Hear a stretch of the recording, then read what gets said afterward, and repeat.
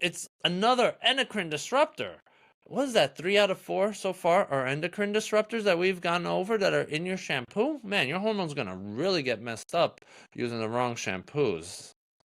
But this is actually why I want to go into this, because if you're trying to do the right thing and you're eating right, you're taking care of yourself at the gym, you're recovering properly, and you're trying your best to take care of yourself, these little things can throw you off. And this is why we need to look at it and kind of bring everything together so that way we can create the best battle plan for ourselves to take care of ourselves. Because really, the first person that should be looking out for you is you. Have you ever wondered what is actually in your shampoo and what those chemicals are actually doing to you? Well, I used to as well, and I've actually done enough research and I've actually tried to look out for what's actually going on with this hair. Look at this beautiful hair. How is it that you're single? But anyway, I don't want you to get jealous, so let's get back into it. Let's actually talk about the different chemicals in shampoo. I actually want to look at another thread on X. I'm just going to keep doing this every so often. I'll do the other style of videos as well, but this commentary stuff is definitely something that we're going to continue on since you like it a lot. So let me just open up the other screen here. Oh, right. So now we're looking at Jessica Genetics at JessicaGenetics on X. She's talking about how shampoos are often littered by cheap and synthetic ingredients that can pose a serious risk to your long-term health, in addition to decreased health of hair and the scalp. And here are 5 main ingredients to look for in shampoos to avoid whenever you can. Number 1 is sulfates. She says sulfates are one of the most commonly used ingredients in personal care products. The name is a broad term that includes various chemicals that you'll often find in products like shampoo or toothpaste. Sulfates are harsh, foaming cleansing agents that strip the hair of natural oils, leaving it dry, brittle, and extremely prone to breakage. Because of their cleansing strength, sulfates also lead to scalp irritation and worsen conditions like psoriasis and eczema.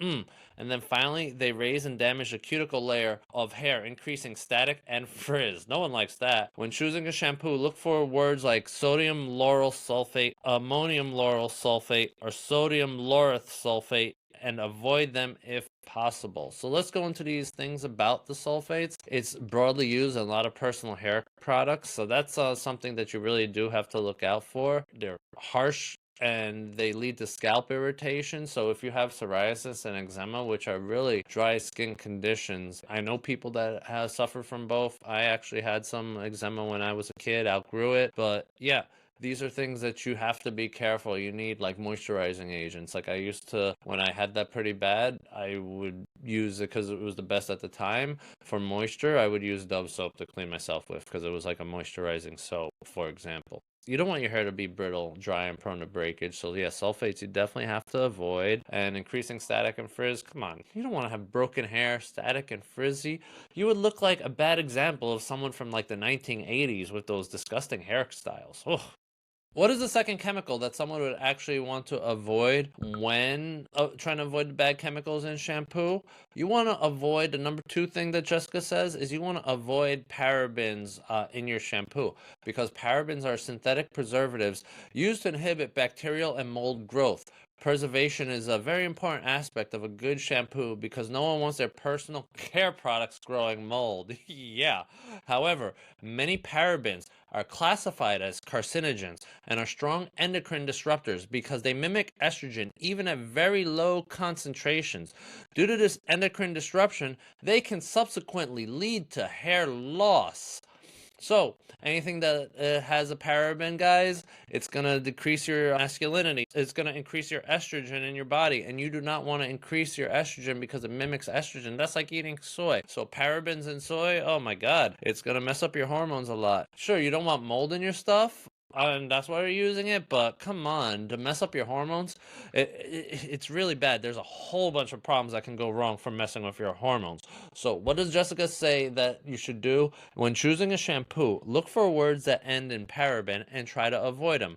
The most common forms are butyrylparaben, ethylparaben, methylparaben, propylparaben, and isobutylparaben. So these sound like a few of them are alcohol compounds.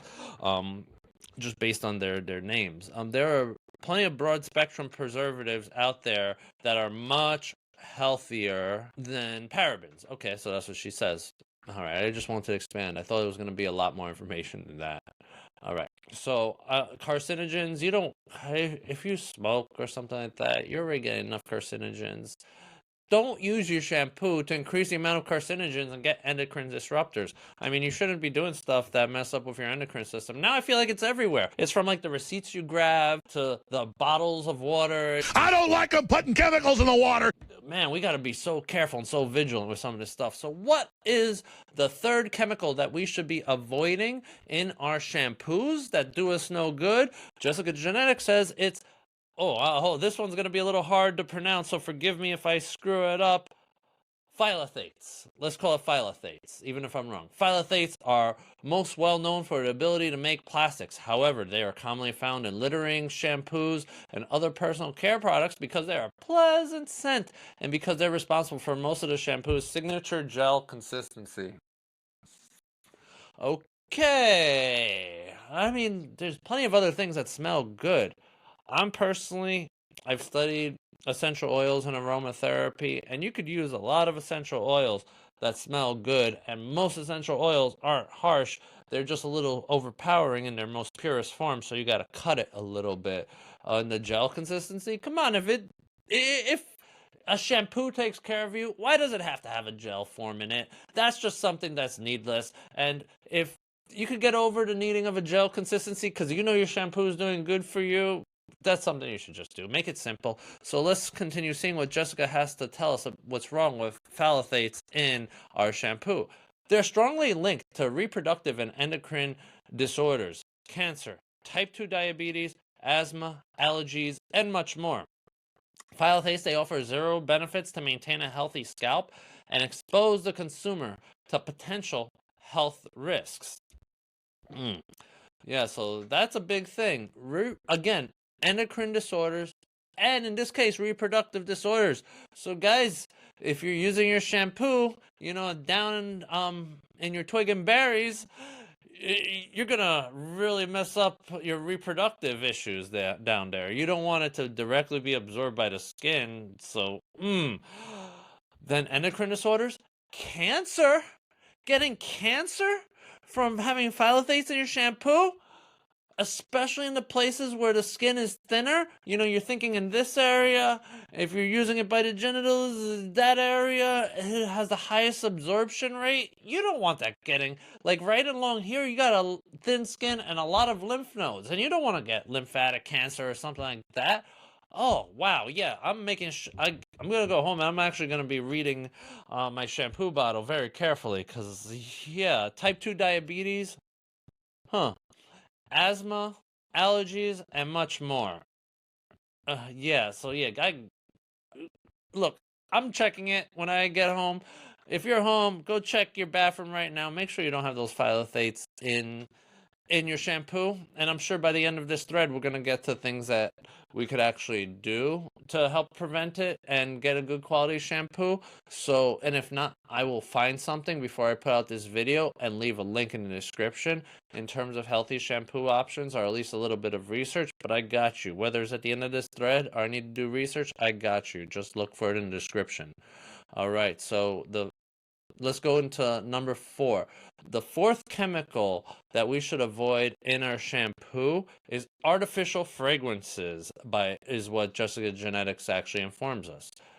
Synthetic fragrances in our shampoo are a huge issue in our personal care market. Legally, they're a trade secret and therefore can be designated on ingredients and simply labeled as fragrance. In reality, that fragrance can consist of dozens of chemicals that remain undisclosed to the consumer, and it could make up 20% or more of the entire product formula. Yeah, that's why artificial fragrances, artificial flavors, these are things you really have to be careful of. I was reading something back in the day in terms of artificial flavoring, that when you're making synthetic vanilla flavoring, one of the actual things that they have used, and I don't know how the first person realized this, but they processed the sphincter of a beaver, and it tastes like vanilla. Now, where they get that from? Oh my God, I don't know. It sounds crazy, but if you look into these things when they label it artificial whatever, and you go into that rabbit hole, oh my God, they could put anything in it. It's disgusting. So let's go on with the thread. Usually, synthetic fragrances are made from petrochemicals, which are known endocrine disruptors. Also, they tend to evaporate readily, so they're commonly attracted to phthalates, parabens, or formaldehyde. Jesus. Wow. So again, it's another endocrine disruptor.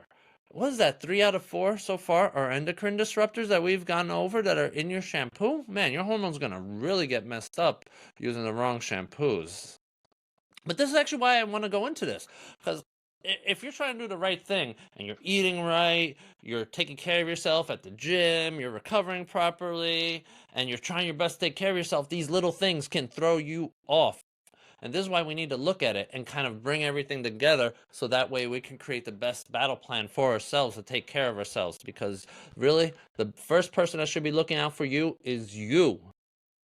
All right, so going on. What's the fifth thing that we should be avoiding in our shampoo? The fifth chemical that we should be avoiding in our shampoo is what is known as synthetic coloring agents. Synthetic coloring agents, they're plentiful in processed foods and beverages and are linked to a plethora of neurological disorders, allergies, inflammation, asthma, and sometimes even cancer. And many of these shampoos contain these to make them look nice to the consumer or cover up an undesirable color of the product itself. So yeah, neurological disorders, so disorders of your nervous system, allergies, Is this why allergies have been increasing over the last few decades? Inflammation, oh man, you got to avoid inflammatory stuff. There's so many things that can go wrong with your body when you have excess inflammation. That's a good subject that I should be talking about in future videos, so make sure you stay subscribed. All right, and then sometimes cancer. Why do we need chemicals in our stuff that cause cancer? That shouldn't be. All right, so let's continue on. So synthetic colors are usually a combination of coal tar and other chemicals in order to obtain a certain color. They commonly contain heavy metals, acetone, and petroleum. Oh my God, all that is really bad. I can't believe it. And just to make it look like a nice shade of like green or blue or something like that, or make it like pleasing white. I'm severely disappointed. All right, so our shampoo labels look for dyes near the end of the ingredient list. Common colorings are blue 1, and green 3. Also, look for the labeling F, D, and C, or D and C, which are used to designate artificial colors. Okay, so we just got to look out for these things because these are the 5 worst chemicals that could be in your shampoo. And what are those? Let's go through what are the 5 worst chemicals that you should not have in your shampoo. These are silicones, parabens, phthalates, synthetic fragrances, and artificial colorings. When you have all of these in your shampoo, it's not going to be good for you because you're going to have things like endocrine disruption, which is a disruption to your hormones. These things increase the risk of cancer and other such issues. So make sure you go through the longer video and you actually learn what we're talking about. Or you just go back and you re-watch this. These ingredients are extremely cheap and they're used to maximize profits, not your health. So that is why they put these chemicals in there, because they want to increase their profits and not our health. Sad. All right, so to summarize, what does JessicaGenetics tell us? Do not compromise when it comes to the health of your hair and body. We as consumers deserve better than cheap and harmful personal care products, and we can favor supply and demand towards cleaner products with education. These are some of the most common bad ingredients in big-name shampoos. But a lot of shampoos branded as natural or clean are just hoping you don't look too hard at their ingredients label and aren't much better. Not to mention, 99% of the shampoos are sold in plastic, and that's because of leaching, the plastic leaching off of it. Part 2 of this thread will be posted on Fountainhead L&D, and will break down how clean shampoos can sometimes be deceiving. And then what happens here, if we scroll down past the article, she's talking about shampoo that's clean and healthy, sold in glass.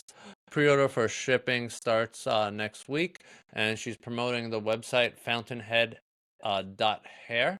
I'll leave a link for that in the description. I'm actually not getting paid to promote them, but look, I'm just giving you the options that are out there, and you know, if you share this, that'll help. But like, I'm not making money off of that. I just want to give you the best information that's possible. And in terms of today, what we really did look at was the quality of shampoos and what we can do to actually improve the quality of our shampoo, because you see, like, I really do care about my hair and it shows. So if you want nice, no, I can't guarantee you have nice hair like mine. I thought they just wanted my hair so their scientists could unlock the secret of its luxuriant fullness. Touch it. But we can use the best products to support our health, so that way we can age gracefully, get the best possible health outcomes, and not have to be dependent because something went wrong with our health. And this is why, aside from just the sports and athleticism content and recovery content, we want to look at just lifestyle content and do this commentary stuff. So if you want to learn more about things that you can do for your health,